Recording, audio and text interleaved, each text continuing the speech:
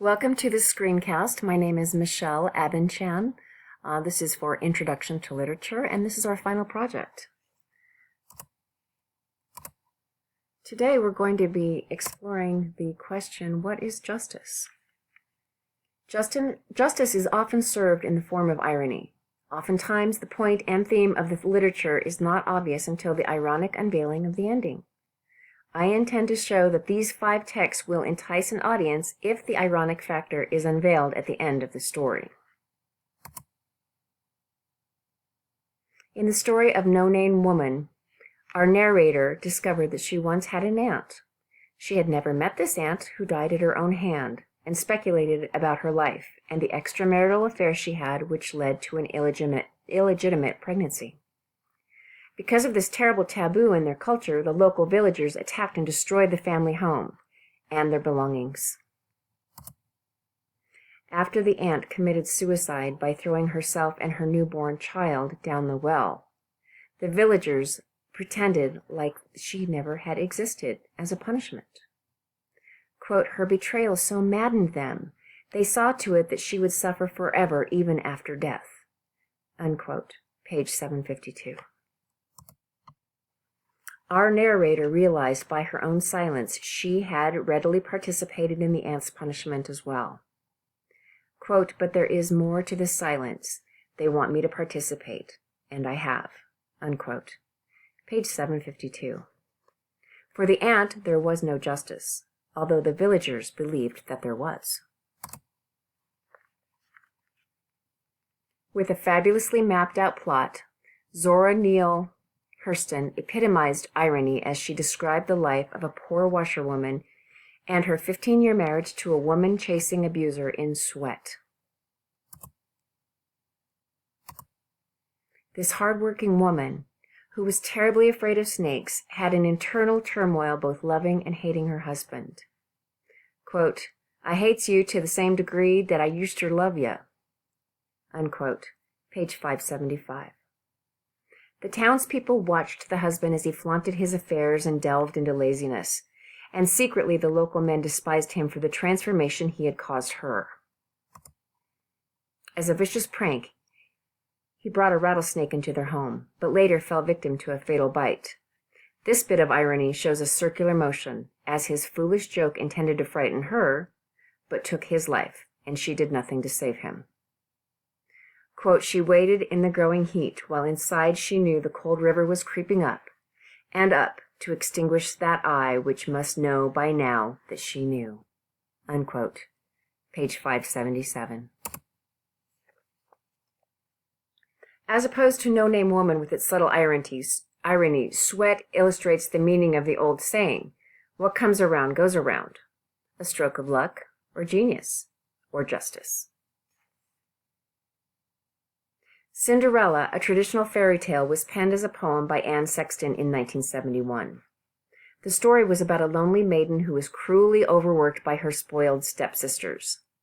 They all went to the ball to meet the prince, and no one recognized Cinderella in her fancy gown. The prince fell in love and pursued her. The stepsisters lost, and Cinderella won. Justice was given, as we, the readers, hoped. In the original story, the situational irony was evidenced by the reader knowing Cinderella's true identity, but the characters did not. Sexton furthers this irony by describing the couple as perfection that will not fade. She makes fun of the idealism of the eternally happy couple with the cynical bit of humor. Quote, Cinderella and the prince lived, they say, happily ever after, never getting a middle-age spread, their darling smiles pasted on for eternity. Unquote. Page 155.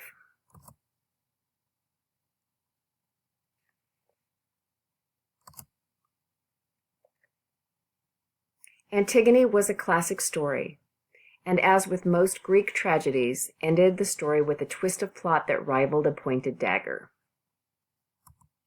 The story was about a woman who buried her late brother willfully against the orders of a king.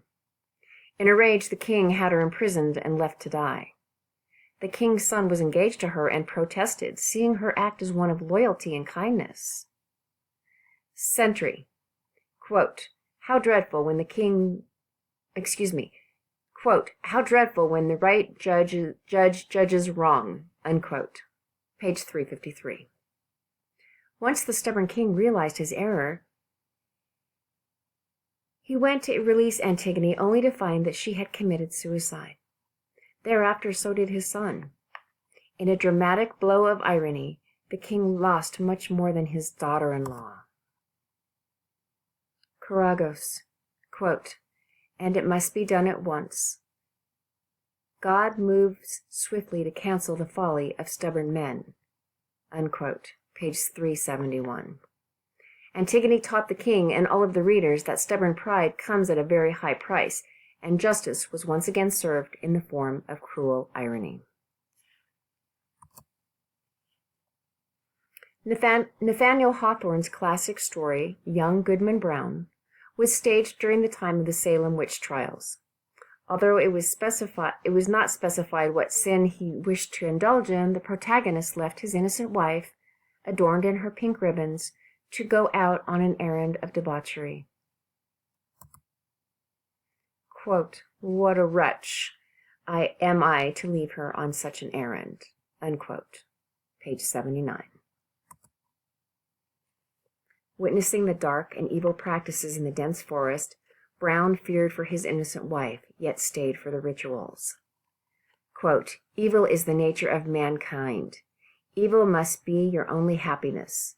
Welcome again, my children, to the communion of your race. Unquote. Page 87. The ironic end entails Brown spotting his wife's pink ribbon and realizing that she too may be involved in this treachery. One may argue that young Goodman Brown received his justice for deceiving his sweet wife. Justice is not always present or apparent, but in the 5 previous texts, justice prevails in literature in the form of irony. This irony, presented at the end of the text, keeps the readers intrigued and faithful to the end of the story. Ironic justice is born of a clever mind and shared with the world throughout history. Thank you again for watching my screencast. Thank you to the authors for their participation and to Dr. O for teaching us so much this semester. Have a great summer, everyone.